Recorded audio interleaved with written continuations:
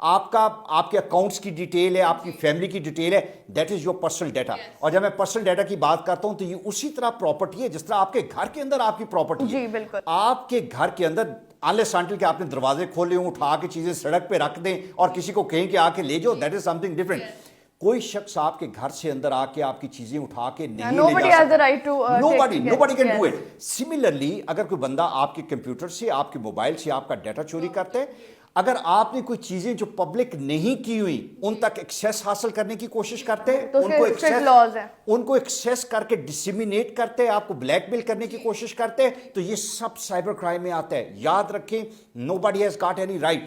پھر میں آپ کو یہ بتاؤں کہ اگر آپ یہ سمجھتے ہیں کہ آپ کا کوئی موبائل فون سے آپ کی تصویریں لیتا ہے, آپ کا ویڈیوز لیتا ہے without your permission and consent, this is again a very serious, اسے ہم سائبر سٹاکنگ کہتے ہیں. لیکن اس میں مجھے لگتا ہے لوگ نہیں اس کو اتنا سیریس سمجھتے, ان کو لگتا ہے اس کے خلاف کوئی سزا نہیں ہوگی. آپ کا حق ہے کہ اگر آپ کی پرمیشن کے بغیر کسی نے موبائل فون سے تصویر لی ہے, then and there report it to the police. آپ ریگولر پولیس کو بھی یہ رپورٹ کر سکتے ہیں کہ will there be any action taken? Definitely there is going to be an immediate action. اور ہماری روٹین کی پولیس FIA کی نسبت زیادہ پرومپٹ ہے اس معاملے میں, وہ فوراً اس کو, اور اگر آپ کے موبائل سے وہ ڈیٹا ریکور ہو گیا تو دیٹ اماؤنٹس, آپ نے ایک آپ کے پاس شہادت آ گئی ہے. You do not need any other thing to be verified کہ the moment they recover that data from your computer or the mobile phone, you are you become a culprit actually, اور وہ سائبر اسٹاکنگ میں آتا ہے. Similarly میں آپ کو یہ بتاؤں کہ اگر کوئی بندہ آپ کا اکاؤنٹ ہیک کرتے ہیں, آپ کا کمپیوٹر جو ہے یا آپ کے موبائل میں آپ کی مرضی کے بغیر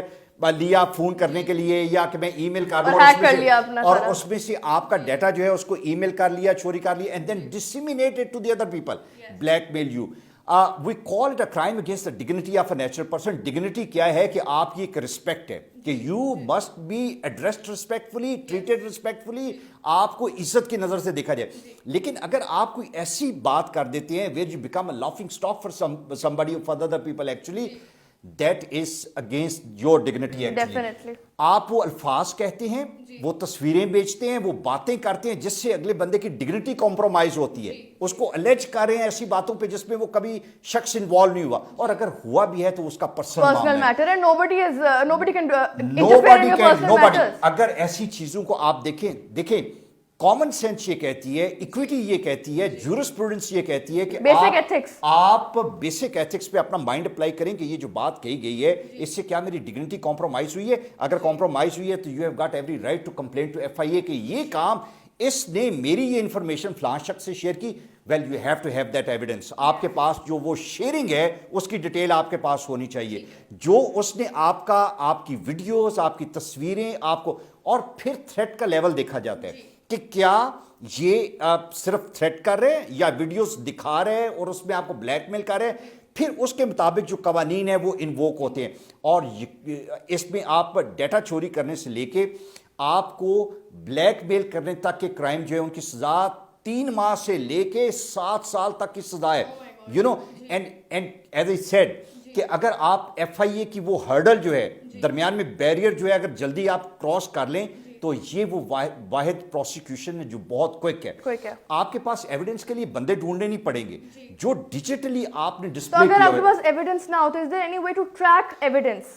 آپ دیکھیں ایویڈنس کیا ہے. ایویڈنس یہ ہے کہ جب آپ یہ کہتے ہیں کہ فلاں شخص کو میری یہ انفارمیشن ٹرانسمٹ کی گئی تو اس کا آپ کے پاس ڈیجیٹل پروف ہونا چاہیے کہ یہ ہوئی. اسکرین شاٹس نہیں ہیں اگر آپ, تو پھر then you are not able to really quantify and justify your claim. Actually اپنے کلیم کو جسٹیفائی کرنے کے لیے جس طرح قانون میں ہر چیز کی ایک ایویڈنس چاہیے, you have to have that evidence. Track بھی تو ہو جاتا ہے یہ سب چیز. ٹریک کرنے کا طریقہ کار یہ ہے کہ وہ لمبا پروسیجر, یہ اب یاد رکھیں اس میں اور ٹیکنیکلٹیز کیا ہے کہ ایک شخص بے شمار یہاں پہ ہمارے لوگ جو ہیں وہ فیک اکاؤنٹ بناتے ہیں, امپرسونیٹ کر لیتے ہیں. لائک میں یہ کروں گا کہ میں سوچ لوں گا کہ nobody is going to reach me, تو میں ABCD کسی کے نام سے ایک فیک اکاؤنٹ بناؤں گا, اس میں میں ایک اپنی تصویر, اور موسٹ آف دا ٹائم میں حیران ہوتا ہوں, لائک آپ لڑکیاں تو نہیں, تو جو ہمارے ینگسٹرز ہیں there is a fake Facebook I D اور انسٹاگرام آئی ڈی, اور اس پہ بڑی خوبصورت سی ایک ینگ لڑکی کی تصویر لگی ہوتی ہے, and we all like to be friend with her actually,